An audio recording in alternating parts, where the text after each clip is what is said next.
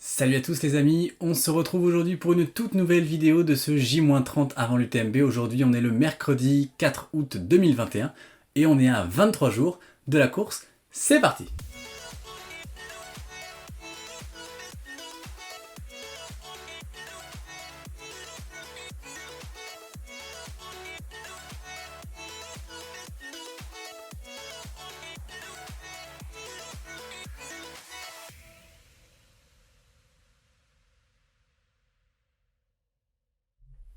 Et aujourd'hui, pour répondre à une question qui m'a été posée hier sur les commentaires de la vidéo du J-24, je vais vous parler de l'affûtage que j'ai prévu de faire sur les semaines à venir, que je suis déjà même en train de faire actuellement.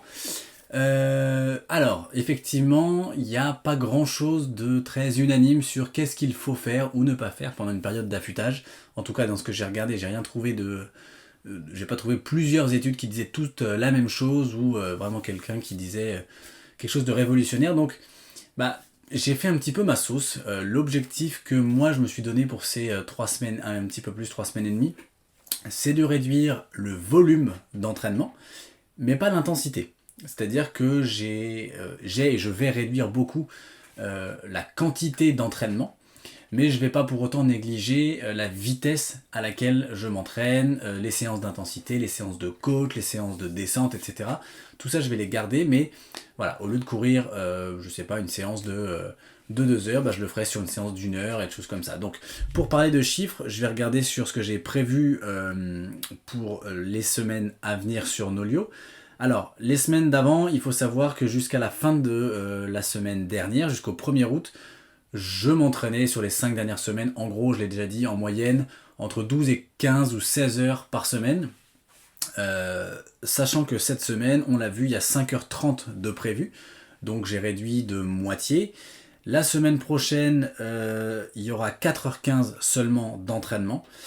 Et la semaine juste avant l'UTMB, seulement 3h30 d'entraînement. Et les quelques jours avant l'UTMB, donc la dernière semaine, la semaine de l'UTMB, vraiment pas grand chose, je crois, 40 minutes le lundi, 25 minutes le mercredi et basta.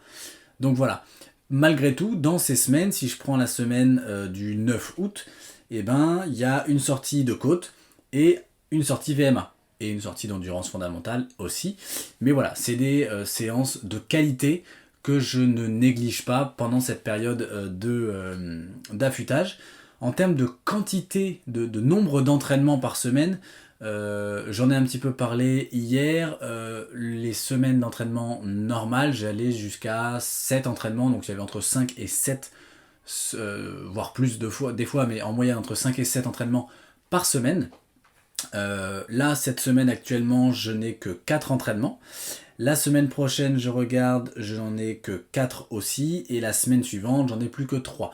Donc voilà, en gros, j'ai réduit quasiment de moitié mon nombre de séances et la quantité d'entraînement. Par contre, j'ai surtout enlevé de l'endurance fondamentale et j'ai gardé énormément de qualité. Pour parler simplement sur une séance de VMA par exemple, je garde la même quantité d'entraînement. Alors, je vais enlever un petit peu de répétition, c'est-à-dire que là où je faisais par exemple 10 fois 2 minutes, je vais peut-être faire que 6 ou 8 fois 2 minutes, mais je vais surtout réduire la phase d'échauffement et la phase de récupération après la séance. Et voilà, mes footings de 2 heures, maintenant c'est des footings d'1 heure, etc. Donc voilà, le maître mot pour moi, c'est de réduire la quantité, mais de garder autant de qualité. Voilà, c'est tout pour mon affûtage. En gros, tout ce que je pouvais vous dire, il n'y a rien de bien sorcier. On enlève de la quantité, on garde beaucoup de qualité et un petit peu de volume à côté. Et voilà, rien de bien méchant, rien de bien révolutionnaire non plus. Et je vous retrouve demain pour le J-22, si je ne me trompe pas. Demain, on sera jeudi. Et d'ici là, surtout n'oubliez pas, portez-vous bien. Ciao!